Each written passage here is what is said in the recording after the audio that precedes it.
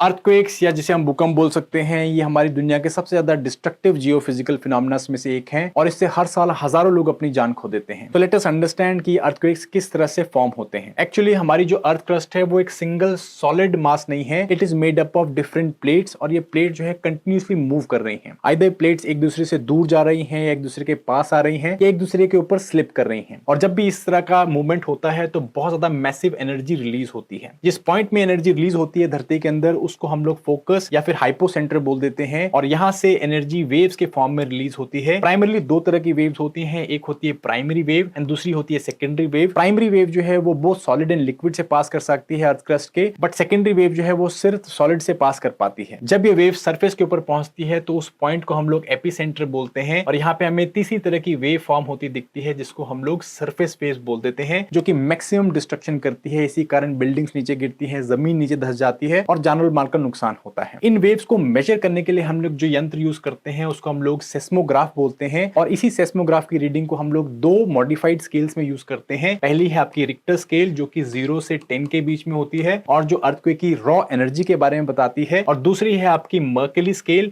Mercalli scale जो है वो 1 से 12 के बीच में होती है जो कि अर्थक्वेक की इंटेंसिटी के बारे में बताती है। अगर मैं एक रफ कंपैरिजन लूं तो 9 रिक्टर स्केल का अर्थक्वेक जो है वो हम लोगों के सबसे बड़े न्यूक्लियर बॉम्ब से भी ज्यादा एनर्जी प्रोड्यूस कर सकता है। मगर जो फिनोमेना इतनी ज्यादा डिस्ट्रक्शन लेके आता है वही हमारी साइंटिफिक इंडेवर में भी हेल्प करता है, जैसे कि यही अर्थक्वेक वेव्स को हम लोग समझ के अर्थ के इंटीरियर के बारे में ब्रॉडली इंफॉर्मेशन निकाल पाते हैं।